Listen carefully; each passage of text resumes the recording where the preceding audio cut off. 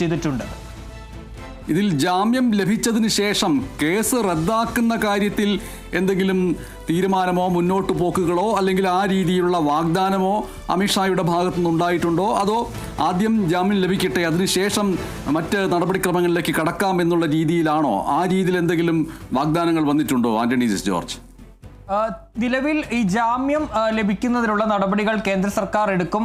ഇത്തരത്തിൽ ഈ കോടതിയിൽ നിന്ന് തന്നെ എതിർക്കുന്നത് അടക്കമുള്ള കാര്യങ്ങൾ ഉണ്ടാകില്ല എന്നുള്ള കാര്യമാണ് അമിത്ഷാ അറിയിച്ചിട്ടുള്ളത്. മറ്റു കാര്യങ്ങളിൽ അന്വേഷണം നടക്കട്ടെ എന്നുള്ളതാണ്. പ്രത്യേകിച്ച് ഇത് NIAക്ക് വിട്ട കാര്യങ്ങളിലടക്കം വിശദമായ അന്വേഷണം പിന്നീട് നടക്കും. അക്കാര്യങ്ങളിൽ പിന്നീട് തീരുമാനം എടുക്കാം എന്നുള്ള കാര്യമാണ് അമിത്ഷാ അറിയിച്ചിട്ടുള്ളത്. അതിന്റെ ഭാഗമായാണ് ഈ NIAക്ക് കേസ് വിട്ടതുമായി ബന്ധപ്പെട്ട ഒരു ഹർജി ഹൈക്കോടതിയിൽ നൽകാനുള്ള നിർദ്ദേശം ആഭ്യന്തരമന്ത്രി നൽകിയിരിക്കുന്നത്. ആ ഘട്ടത്തിൽ കേന്ദ്ര സർക്കാരും ഇക്കാര്യത്തിൽ ഒരു നിലപാട് അറിയിക്കും, ഛത്തീസ്ഗഡ് സർക്കാരും ഇക്കാര്യത്തിലുള്ള നിലപാട് അറിയിക്കുമെന്നും അമിത്ഷാ അറിയിച്ചിട്ടുണ്ട്. ഏതായാലും അന്വേഷണം അടക്കമുള്ള കാര്യങ്ങൾ പിന്നീട് നടക്കും. ഇപ്പോഴുള്ള ഒരു മുൻഗണന കന്യാസ്ത്രീകൾക്ക് ജാമ്യം ലഭിക്കുക എന്നുള്ളതാണ്. അതിന് വേണ്ട നടപടികൾ എത്രയും വേഗത്തിൽ തന്നെ സ്വീകരിക്കാനാണ് ഇപ്പോൾ തീരുമാനിച്ചിരിക്കുന്നത്. അതിനു വേണ്ട നടപടികൾ സ്വീകരിക്കാൻ ഛത്തീസ്ഗഡ് സർക്കാരിന് അമിത്ഷാ നിർദ്ദേശവും നൽകിയിട്ടുണ്ട്. ഈ യോഗത്തിൽ തന്നെ അമിത്ഷാ ഇവരെ വിളിച്ച ഉന്നത വൃത്തങ്ങളെ വിളിച്ച ഇക്കാര്യം നിർദ്ദേശമായി തന്നെ നൽകിയിട്ടുണ്ടെന്നാണ് MP-മാർ പറഞ്ഞിട്ടുള്ളത്. ഏതായാലും കേസടക്കമുള്ള കാര്യങ്ങളിൽ പിന്നീടുള്ള ഘട്ടത്തിലേക്ക് പോകുമ്പോൾ അത് പരിഗണിക്കും. ഏതായാലും ഇപ്പോൾ അടിയന്തരമായി തന്നെ ജാമ്യം അവർക്ക് ലഭ്യമാക്കുക എന്നുള്ള കാര്യം തന്നെയാണ് തീരുമാനിച്ചിരിക്കുന്നത്. നമുക്കറിയാം നാളെ ഹൈക്കോടതിയെ സമീപിക്കാനിരിക്കുകയാണ് ഈ കന്യാസ്ത്രീകൾ. അപ്പോൾ അതിനു മുമ്പ് തന്നെ ജാമ്യം നൽകാനുള്ള നടപടികളിലേക്ക് പോകാൻ തന്നെയാണ് ഇപ്പോൾ കേന്ദ്ര സർക്കാരും ഇടപെട്ടിരിക്കുന്നത്. ഇതിൽ 2-3 സംശയങ്ങളാണ് ഉയരുന്നത്. ഒരു സംശയം എന്ന് പറയുന്നത് നാളെ ഹൈക്കോടതിയെ സമീപിക്കുന്നു, ഹൈക്കോടതിയിൽ നിന്ന് ജാമ്യം ലഭിക്കുകയാണെങ്കിൽ അത് നിയമപരമായിട്ടുള്ള പോരാട്ടത്തിലൂടെ നേടിയെടുത്ത ഒന്ന് എന്നുള്ളതിലേക്ക് വരും. രണ്ടാമത്തെ കാര്യം, മറ്റൊരു സാധ്യത ഉണ്ടായിരുന്നത് കേരളത്തിൽ നിന്നടക്കം രാജ്യവ്യാപകമായിട്ട് ക്രൈസ്തവ സഭകളുടെ സംയുക്തമായിട്ടുള്ള പ്രതിഷേധം ഒരു ഭാഗത്തുണ്ടായി. ആ പ്രതിഷേധം ഇപ്പോഴും തുടർന്നുകൊണ്ടിരിക്കുന്നു. കേരളത്തെ സംബന്ധിച്ചിട്ടാണെങ്കിൽ തദ്ദേശ തെരഞ്ഞെടുപ്പ് വരാൻ പോകുന്നു, നിയമസഭാ തെരഞ്ഞെടുപ്പ് വരാൻ പോകുന്നു. അതുമായി ബന്ധപ്പെട്ട് BJP കേന്ദ്ര ആഭ്യന്തരമന്ത്രി അമിത്ഷാ തന്നെ കേരളത്തിൽ വന്നിട്ട് പറഞ്ഞ വലിയ കാര്യം തദ്ദേശ തെരഞ്ഞെടുപ്പിൽ 24% വോട്ടുകൾ നേടി വലിയ തിരയിളക്കമുണ്ടാക്കും NDA, അതിനുശേഷം നിയമസഭാ തെരഞ്ഞെടുപ്പിൽ അധികാരത്തിൽ വരുമെന്നൊക്കെ പറയുകയുണ്ടായി. ആ കാര്യങ്ങളിലൊക്കെ ഇവിടുത്തെ ക്രൈസ്തവ സമൂഹത്തെ കൂടെ ചേർക്കുന്ന രീതിയിലും ക്രൈസ്തവ സമൂഹത്തിൻ്റെ പിന്തുണ NDAക്ക് ഉണ്ടാകുമെന്നുള്ള രീതിയിലുമൊക്കെ സംസാരിക്കുകയുണ്ടായി. എന്നാൽ അതെല്ലാം വ്യാജമാണെന്നും ഒരു ഭാഗത്ത് കേക്കുമായിട്ട് വരികയും മറുഭാഗത്ത് കൈവിലങ്ങണിയിക്കുകയും ചെയ്യുന്ന ഒരു ആട്ടുംതോലിട്ട ചെന്നായിയാണ് BJP എന്നുള്ള രീതിയിൽ ക്രൈസ്തവ സഭാ നേതൃത്വത്തിൻ്റെയും ഒപ്പം തന്നെ ഇടതുപക്ഷ നേതാക്കളുടെയൊക്കെ നാവിൽ നിന്ന് വാക്കുകൾ വരികയുണ്ടായി. ഇവിടെ കേരളത്തിലെ കേന്ദ്രത്തിൽ നിന്നുള്ള പ്രതിനിധികളായിട്ടുള്ള ജോർജ് കുര്യനും സുരേഷ് ഗോപിയും ഈ വിഷയത്തിൽ മിണ്ടാത്തത് എന്തേ എന്നുള്ള ചോദ്യം ഒരു ഭാഗത്ത് ഉയരുന്നു. ഇതെല്ലാം വരുന്നതിൻ്റെ കൂടി പശ്ചാത്തലത്തിൽ ആണ് ഈ ജാമ്യം നൽകാനുള്ള വാഗ്ദാനം കേന്ദ്ര ആഭ്യന്തരമന്ത്രി അമിത്ഷാ നൽകിയതെങ്കിലും വേണമെങ്കിൽ BJPക്ക് ഒന്നുകൂടി മുഖം രക്ഷിക്കാവുന്ന രീതിയിൽ ഒരു കാര്യം ചെയ്യാമായിരുന്നു. ആ കാര്യം എന്ന് പറയുന്നത് കേരളത്തിൽ നിന്നുള്ള UDF MP-മാർ വന്ന് ആവശ്യപ്പെട്ടതിൻ്റെ അടിസ്ഥാനത്തിൽ ജാമ്യം നൽകാവുന്ന രീതിയിൽ സഹായിക്കാം എന്ന് പറയുന്നതിന് പകരം BJPയിലെ തന്നെ കുറച്ച് MP-മാർ ചെന്ന് BJPയുടെ തന്നെ മുൻകൈയിൽ ജാമ്യം എടുക്കാൻ ലഭിക്കാവുന്ന അവസ്ഥയിലേക്ക് കാര്യങ്ങൾ എത്തിക്കാവുമായിരുന്നു. അതായത് വേണമെങ്കിൽ അമിത്ഷായെ BJPയിലെ ചില ഇതിൽ തന്നെ സംഘപരിവാറിനകത്ത് 2 തരം അഭിപ്രായങ്ങളുണ്ടല്ലോ.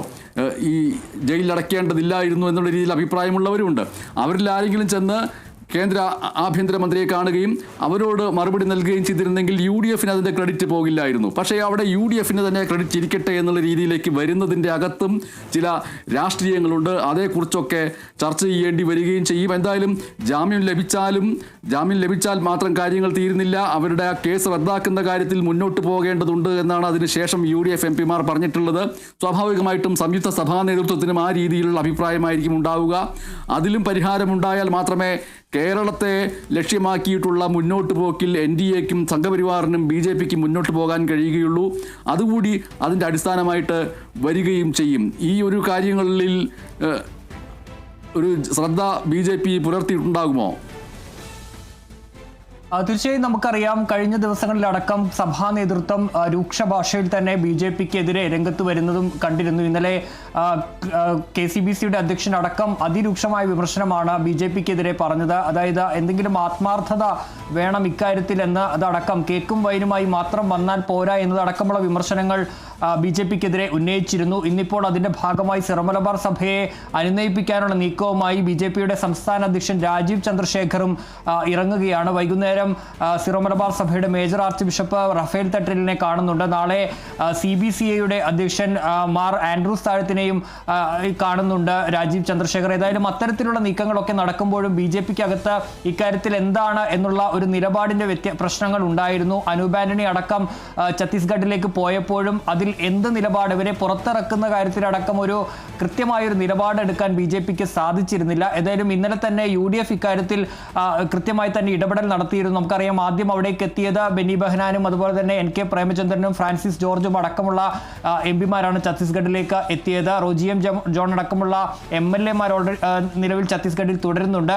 അതിന്റെ ഭാഗമായി ഇന്നലെ തന്നെ ഈ MP-മാർ, UDF-ന്റെ MP-മാർ അമിത്ഷായെ കാണാനുള്ള തീരുമാനമെടുത്തിരുന്നു. അതിന്റെ അടിസ്ഥാനത്തിലാണ് ഇന്ന് വൈകുന്നേരം 4 മണിക്ക് അമിത്ഷാ ഇവർക്ക് സമയം അനുവദിച്ചത്. ആ കൂടിക്കാഴ്ചയിൽ തന്നെയാണ്, ഏതായാലും മറ്റു രാഷ്ട്രീയ താല്പര്യങ്ങളില്ല എന്നാണ് അമിത്ഷാ ഇക്കാര്യത്തിൽ ഈ MP-മാരോട് പറഞ്ഞിട്ടുള്ളത്. അറസ്റ്റുമായി ബന്ധപ്പെട്ട മറ്റൊരു രാഷ്ട്രീയ താല്പര്യങ്ങളും തങ്ങൾക്കില്ല.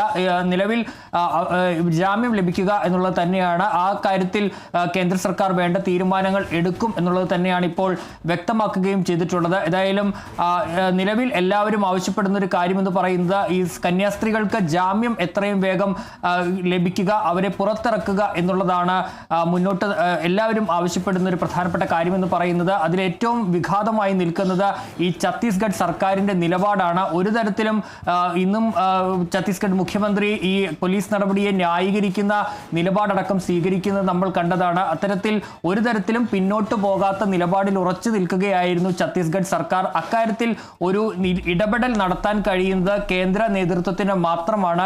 BJP-യുടെ അമിത്ഷായെ പോലുള്ള ഒരാൾക്ക് മാത്രമാണ് അക്കാര്യത്തിൽ ഒരു നിലപാട് എടുക്കാൻ കഴിയുക.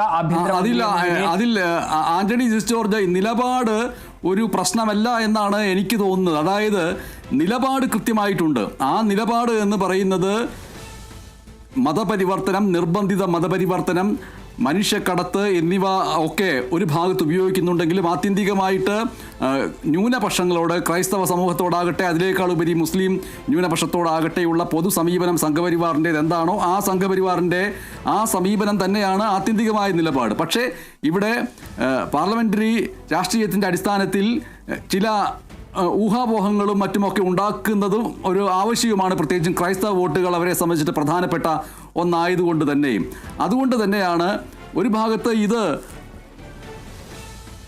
കേന്ദ്ര സർക്കാരിൻ്റെ അല്ലെങ്കിൽ കേന്ദ്ര ആഭ്യന്തര മന്ത്രാലയത്തിൻ്റെ അതിൻ്റെ വകുപ്പിൻ്റെ ചുമതലയുള്ള അമിത്ഷായുടെ ഔദാര്യത്തിൽ കിട്ടാൻ പോകുന്ന ഒരു ജാമ്യം എന്നുള്ള നിലയ്ക്കാണ് അത് വരുന്നത്. അത് ആത്യന്തികമായിട്ട് നീതിയുടെ ഭാഗത്ത് നിന്ന് വന്ന ഒന്നല്ല. ആഭ്യന്തര വകുപ്പ് ഇടപെടുന്നതാണ് നിങ്ങൾ ആവശ്യപ്പെടുന്നത് പോലെ ജാമ്യം. അതായത് നിയമവ്യവസ്ഥയ്ക്ക് മുകളിൽ ഭരണകൂടത്തിൻ്റെ ഇടപെടൽ ഉണ്ടാവുന്നു. ഭരണകൂടം ഇടപെട്ടുകൊണ്ട് ഒരു നിയമവ്യവസ്ഥയിൽ നിന്ന് ഒരു ജാമ്യം സാധ്യമാക്കി തരുന്നു എന്ന് പറയുന്ന ഒരു സന്ദേശം, അതിലൊരു ഔദാര്യം ഒളിഞ്ഞിരിക്കുന്നു എന്നുള്ളതാണ്. ഔദാര്യം ഒളിഞ്ഞിരിക്കുന്നു എന്ന് പറയാൻ കാരണം എന്താണ് എന്ന് വെച്ചാൽ, ഒരു ഭാഗത്ത് കേന്ദ്ര ആഭ്യന്തരമന്ത്രി അമിത്ഷാ ഒപ്പമുണ്ട് എന്ന് പറയുമ്പോൾ തന്നെ ഛത്തീസ്ഗഡ് മുഖ്യമന്ത്രി അടക്കമുള്ളവർ, കേരളത്തിൽ ഡോക്ടർ KS രാധാകൃഷ്ണൻ അടക്കമുള്ളവർ ഫേസ്ബുക്കിൽ വലിയ ഒരു കുറിപ്പിട്ട് സഭാ നേതൃത്വത്തെ തന്നെ മുൾമുനയിൽ നിർത്തുന്ന മുൻകാല ചെയ്തികളെക്കുറിച്ച് സൂചിപ്പിച്ചുകൊണ്ട് താരതമ്യം ചെയ്യുന്നു. ഒരു ഭാഗത്ത് ശശികലയെ പോലെയുള്ളവർ അതിനേക്കാൾ ഭീകരമായിട്ടുള്ള രീതിയിൽ സഭാ നേതൃത്വത്തെയും അവരുടെ ചെയ്തികളെയും കുറിച്ചുള്ള സംഘപരിവാറിൻ്റെതും RSSൻ്റെതും വിശ്വ ഹിന്ദു പരിഷത്തിൻ്റെതുമായിട്ടുള്ള ആരോപണങ്ങളുടെ മുൾമുന ഒന്നൊന്നായിട്ട് നിരത്തുന്നു.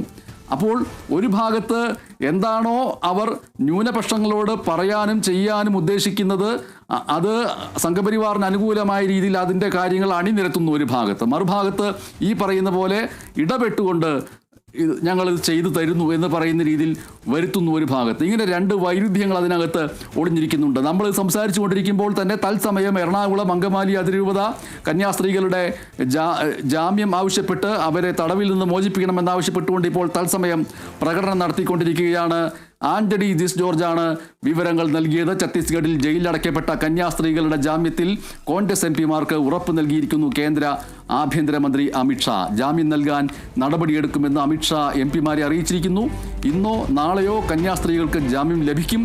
ജാമ്യാപേക്ഷയെ സംസ്ഥാന സർക്കാർ, അതായത് ഛത്തീസ്ഗഡ് സർക്കാർ എതിർക്കില്ല എന്നും സൂചിപ്പിച്ചിരിക്കുന്നു. ആന്റണി ജോർജാണ് വിവരങ്ങൾ നൽകിയത്.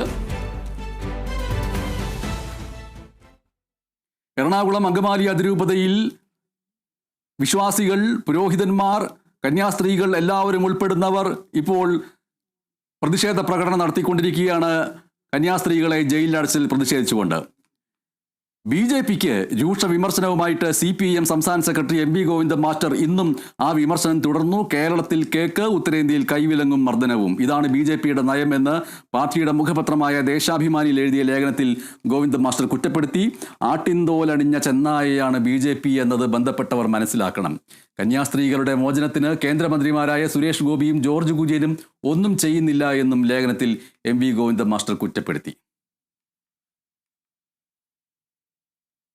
രാജ്യത്തിന്റെ മതേതരത്വവും ഭരണഘടനയും ഇല്ലാതാക്കാൻ മതതീവ്രവാദികൾ ശ്രമിച്ചുകൊണ്ടിരിക്കുകയാണ് എന്നാണ് മലങ്കര കത്തോലിക്ക സഭയുടെ ബത്തേരി രൂപതാ അധ്യക്ഷൻ ഡോക്ടർ